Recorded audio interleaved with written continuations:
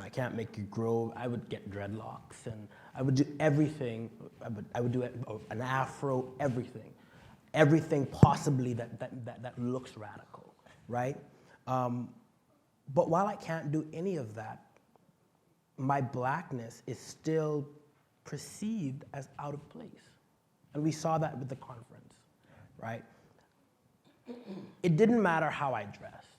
I did not have on a suit. I did not have on long pants. It was summer. Why am I going to be wearing long pants in Vancouver, in Canada, during the summer? I had just come off of a 10-hour plane ride. I was very comfortable. I had on a baseball cap. I had on a pullover shirt, short pants, and some flip-flops. And that, number one, I was already classed as someone that is beneath the poverty line. Two, I was seen as black, I was seen as bad, I was seen as the misfit. Everyone else around me was belonged. I was the one that didn't belong. I could not possibly have active knowledge to impart, and I could not possibly be safe.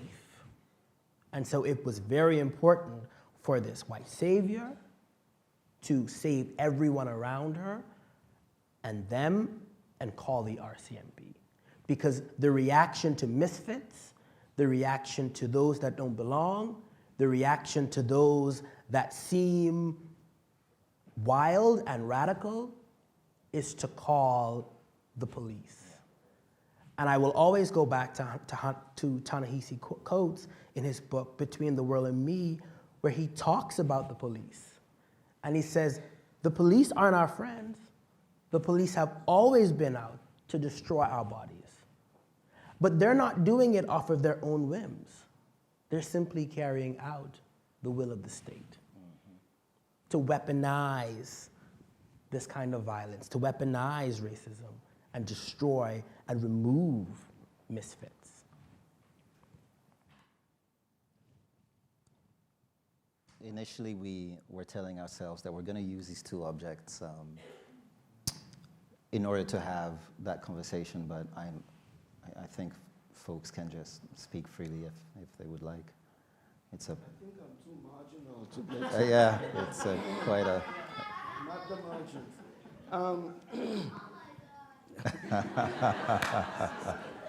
Indeed. That's my son. As I say, you can't take him anywhere.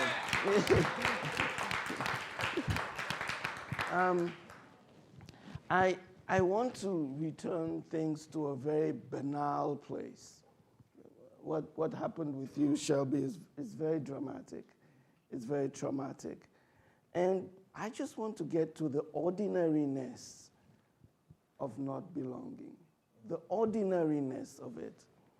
Not the, the dramatic thing.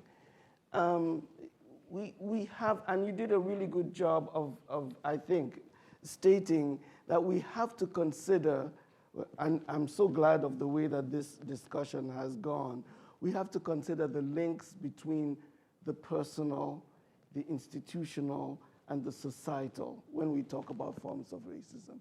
They are linked. The idea is not to say, did something racist happen to somebody, right? But what happens in that institution that makes that possible? What are the societal things, the cultural things that make that possible? And what I mean by the banality of blackness not belonging is simply the fact that universities were not built for us. Traditionally, we were not supposed to be at universities, depending on where you're coming from. For some of us, coming from the continent, we had to, in some ways, become black. It's a really interesting statement to make, right? So I tell people, when I was in Sierra Leone, I was not black. Almost everybody around you is black. So it's really strange if you go around saying, I'm black and I'm proud. People would think there's something is a little off there. But you step off that plane when you arrive somewhere else, And you become black because it is there that it's not only that you become a minority, but you are minoritized, right? Right? And it is there that you fall under the white gaze, the direct white gaze, right? So there are many ways in which you're then thrown into blackness, right? And you have to learn to become black. And there's certain things, I mean, I do the black nod, but there's certain things I'm still finding out about blackness. I do the black nod, but at the launch of Black History Month a few days ago, somebody said, parents teach their kids to do the black nod.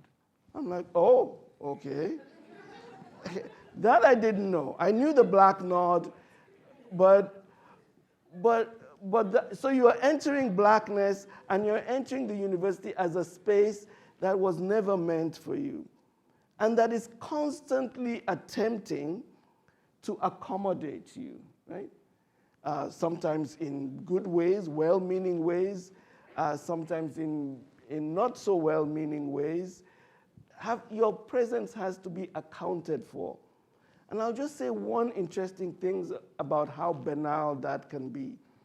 One of the interesting ways in which blackness is recognized in the university is as a student, only as a student. There cannot be any other possibility. When I first graduated, I went to Tennessee to teach. I had incidents that happened to me where I was mistaken for a student. At that time, I could say, well, Handel, you know, it's that boyish, handsome look. You know. It was okay then. When I got a Canada Research Chair after almost 10 years in Tennessee and came back to Canada, and somebody was introducing me to another faculty member. This is Handel. He's here, and this guy interrupted. It was a female faculty member trying to introduce me. And he says, oh, welcome, welcome. Do you know yet who you're going to be studying with? Yes. I was already an associate professor. And then it troubled me. But last year, there was an event, and somebody was sitting next to me. And he wanted to be very nice to me, white guy. And he says, oh, hi, much younger than me. And I said, hi. And he says, oh, I'm faculty member at SFU. And I said, yeah, I'm here at UBC. And he says, and are you a PhD student? So he's being very generous, right? He didn't say an undergraduate student, right? Are you and to me, it's like, wow. Now when will I ever grow up, right, enough to not be mistaken for a student? I think when I'm talking about the banality of anti-black racism, I think that's one kind of interest, not something terrible, just, when I look at you and your presence, how do I account for your presence here? Well, you must be a student of some kind. And I'm raising you to the level of PhD. 20-something years after I defended my PhD, right? I'm being raised to the level of maybe I might be a PhD student. So we also need to take into account the banality of anti-black racism. That's something I'd just add to the mix. Thank you.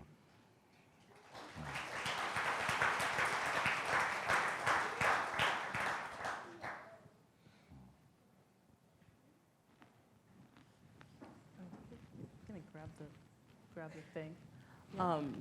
I want to go a little bit back to the story and about the response, not only from the university, but from the perpetrators themselves. And I hope it's not aggressive calling them perpetrators, because what they did was a violent act. How did they account for their actions? Like, do they apologize?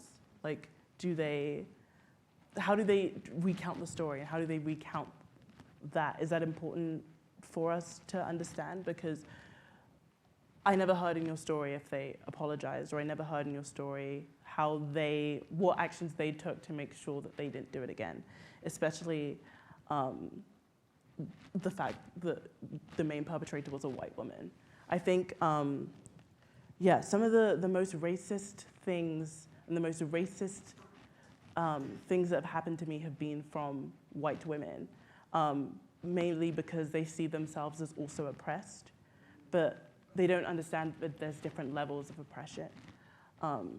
And so I think she might have gone home and thought that she was still the victim. And so that's why I asked those questions. This may be totally, has nothing to do with this tonight, but 53% of women voted for Donald Trump. 50% of white women voted for Donald Trump. And so that says a lot about American white women.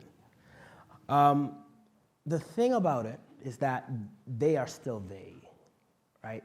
The perpetrators are still the perpetrators. We don't know their names. We don't know where they teach. We don't know what they're doing right now. They have been able to retain their anonymity while the black person is out there doing all of this work and doing all of this emotional labor, right? They have been able to stay anonymous until they've been able to retain their good job. They've been able to retain tenure. They've been able to continue doing the research that they do while people around Canada are watching as I try and actively work to tear down a racist structure and not offer me a job. They get to continue making their money while I am let go. All structural things have come up.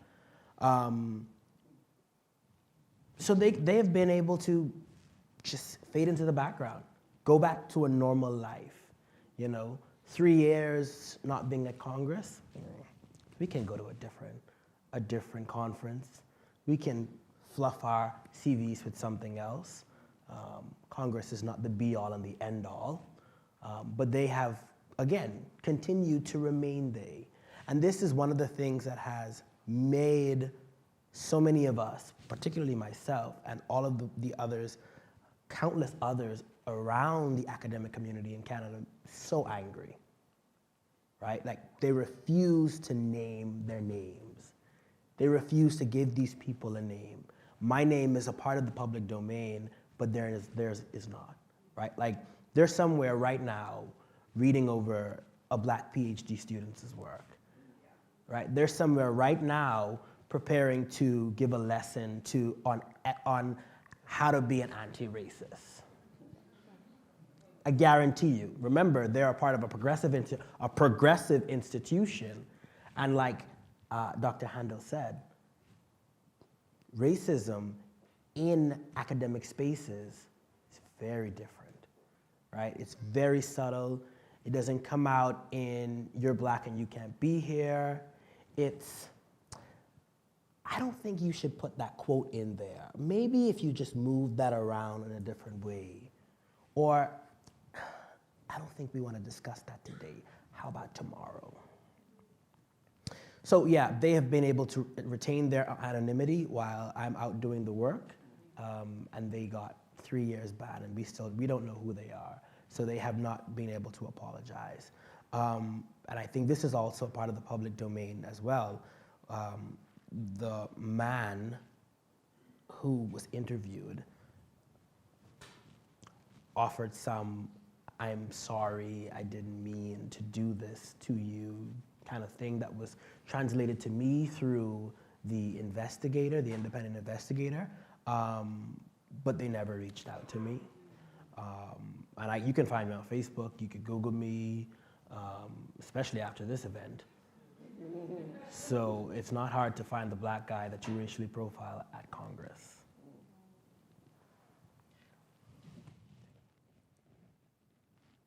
There's a couple of things. There's a couple of things that I want to actually touch on, and I'll be quick. A couple of the things that really disturbed me about incidences of racism is that often the people who are targeted, the folks of color, take on the shame of racism. That the people that perpetrate these actions wind up walking away and never owning their behavior. That the whole system is set up to actually protect them. Some of you know that we had a situation in Vancouver in the schools recently. We've had a number of situations, but one in particular, where a young person who actually did all the right things, saw something on social media where young men, and it was more than one, had made a video that talked about the hanging and burning of black people. So she went to the school administration and said that this had happened. So the school administration didn't want to touch it and didn't touch it.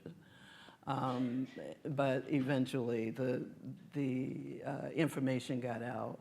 But again, she was targeted by those young men, 6 of them, threatened her and harassed her at school, in addition to the other stuff that happened.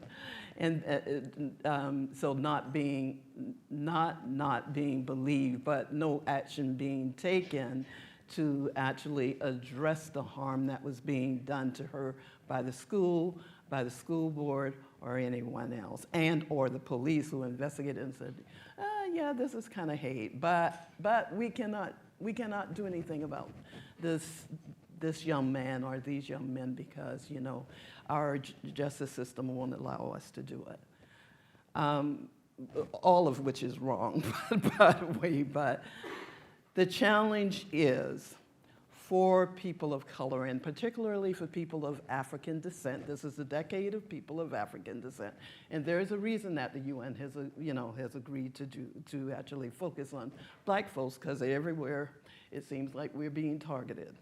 The bottom line is, though, if in fact you've been challenged here earlier to take on certain things, I would like all of us, our white colleagues and others, to take on not just interrupting a racist incident and calling them out, but also there's a group in Vancouver that used to be very active that say, check your head, right? For all of us to check our heads and to assess what we're doing, what we've done, if we've actually harmed folks, and often we have, to actually say to people, I've done this to you and I'm sorry. That it actually makes a tremendous difference to people when one owns their mistakes and apologize for them. That's a form of justice, right? And we all deserve some justice around here, and not hide in the shadows and not own our own mess, because it's really critical that we begin to look after each other. Donald Trump and people like him, because he isn't isolated, is not an anomaly. There are lots of folks that act and behave like him. And they get away with doing it because the rest of us remain silent. And we have to stop it and actually be true citizens that are committed to operating in a just and fair and democratic society. And a part of democracy is us taking action, not kind of going off and attacking folks, but actually holding each other accountable. Can I have that? Thank you for sharing that, Sadie. I actually would like to give you the exact quote that this black student at Lord Being recorded himself saying and shared it on a group chat. Check this out. I will say the N-word. Trigger warning. I hate niggas. I hope all the niggas die. I couldn't give an F about those niggas. Oh my God, they're as stinky and effing stupid as F. I just want to line them all up and just chuck an explosive in there and go kaboom. This is what was recorded and shared on a group chat in November 2018. And it took about a year, and again, we're seeing a pattern that this is systematic, it's cultural. It took about a year of advocacy for black parents and allies and students speaking to the Vancouver School Board, forcing the passing of a motion, catching them by surprise. It took a year for this motion to pass, and not only that, it also took a BC human rights complaint process. Just for a policy to acknowledge anti-black racism and to hire a school resource that will develop a lot of ways in order to address racism in the VSB. And in the same case as you, Shelby, the name of this young kid, their parents, remains anonymous. Once again, privacy policies is being used. A systematic tool is being used. And let us be clear that these systematic tools are not applied the same way at all times. No. It is chosen. People choose when they apply it, right? And what these situations make me ask you is, what would have been the ethical way for the Congress, the police, the silent majority, UBC, to intervene and to respond? If you had to apply an anti-black racism lens, what would be a way to respond that will simultaneously acknowledge your humanity, acknowledge your pain and experience, and protect you from harassment?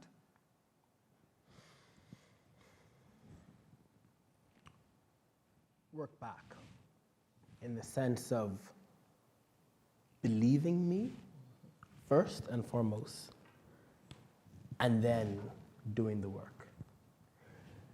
When the case came to Congress, Congress said that there is a order that we have to go through, and we have to do a investigation, we have to speak to both parties, and then we have to sit down in a room, again, which is filled with white women and men, and decide among our white selves that you are truthful and honest.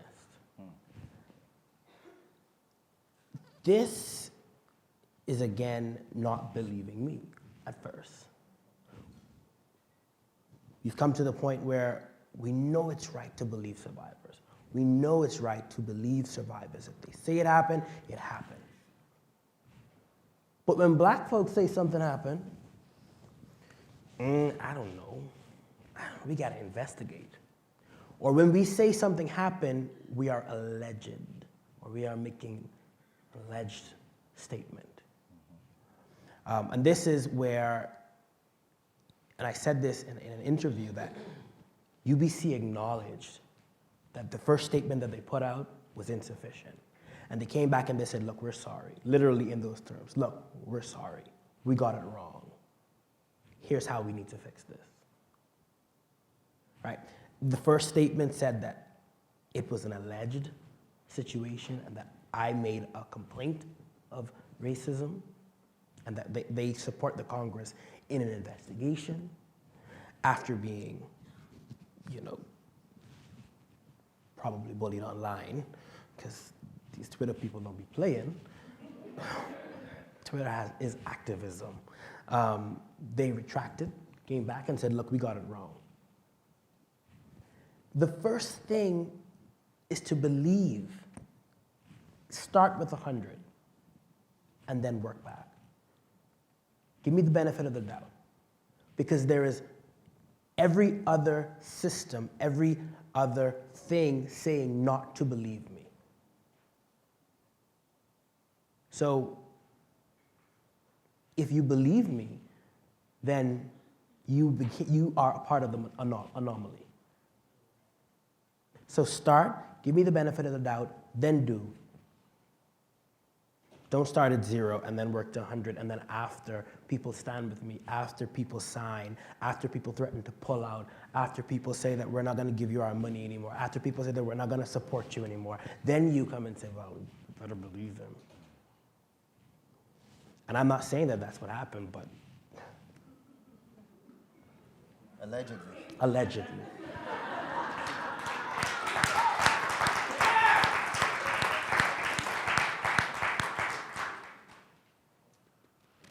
Yeah, I wanted to add my understanding of why anti-Blackness is so difficult for institutions especially, but I think, anybody to address is because people have such a hard time understanding anti-Blackness because they can't even talk about Blackness. Like I posted on Twitter the other day, you should follow me, I'm funny. And I was asking, at Black people, how have people described you when they've been too scared to say Black? And people were coming back with the weirdest things. Like one time someone described me as the person with the skin. And I was like, okay. But I think that's the root of the issue. If we can't even talk about Blackness, if people are even too scared to talk about race, which I think is still a huge issue in general, but in Canada especially, how can we expect people to talk about racism, and how can we expect people to understand anti-Blackness specifically? And I think, kind of going back to your point around the more subtle, the microaggressions, people don't have the capacity to empathize or really understand or even witness those things.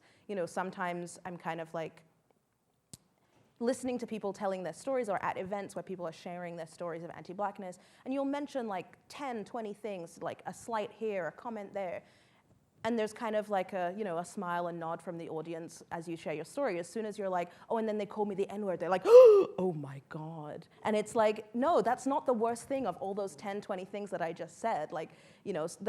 That word, it's terrible. Nobody wants to receive that. But those constant, pervasive, everyday experiences of anti-Blackness is what we're trying to bring to light. And that's what those smaller pieces is what leads to incidents like this. And I think we are still, as a whole, still in the habit of thinking that racism can only be these big dramatic events, but it's actually all of those small and nuanced pieces. And I don't have faith in any non-Black person at this point to fully grasp the severity and the trauma of everyday racism that folks are still experiencing.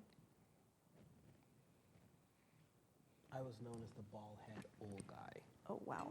And I'm I'm only 27, man. If I'm bald and old at this age, what's it gonna be when I really get old?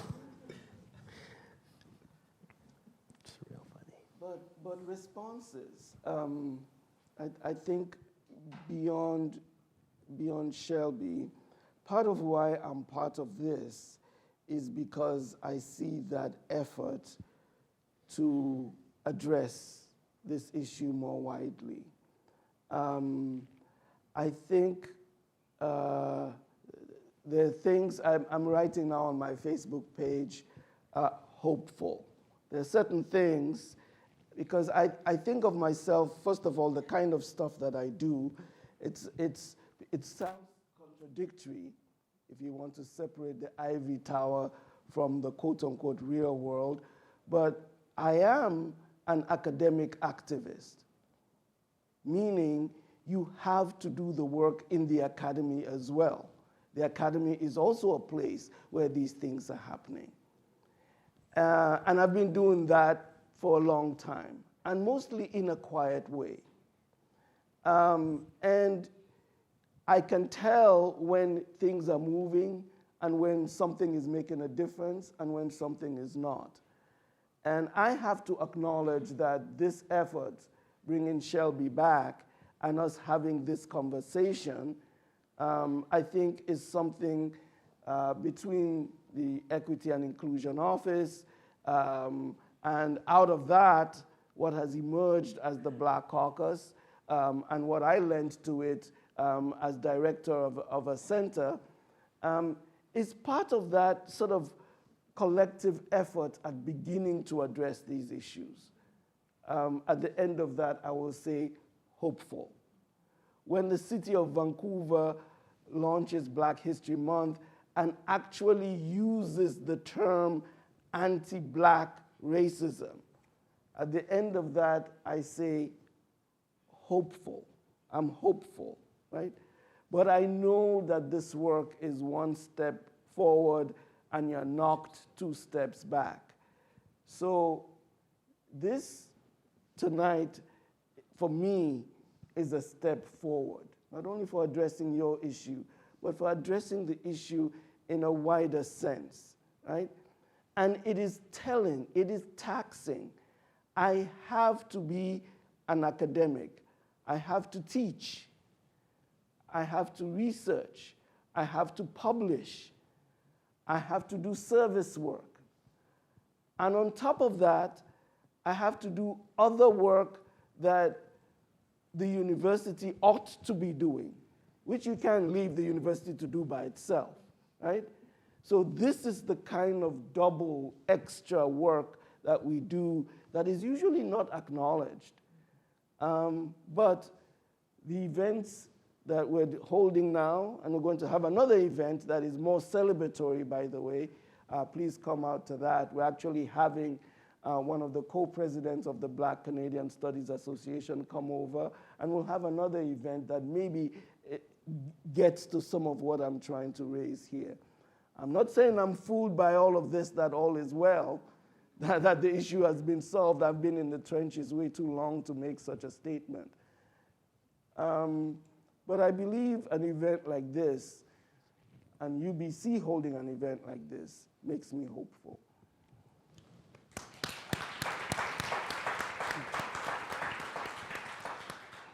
As we near the end of this conversation, and just a reminder to people, if you would like to ask a question, please feel free to write it on a cue card, and if you identify as Black, there will be AFTAB going around with a microphone giving you the opportunity to ask a question or make a statement.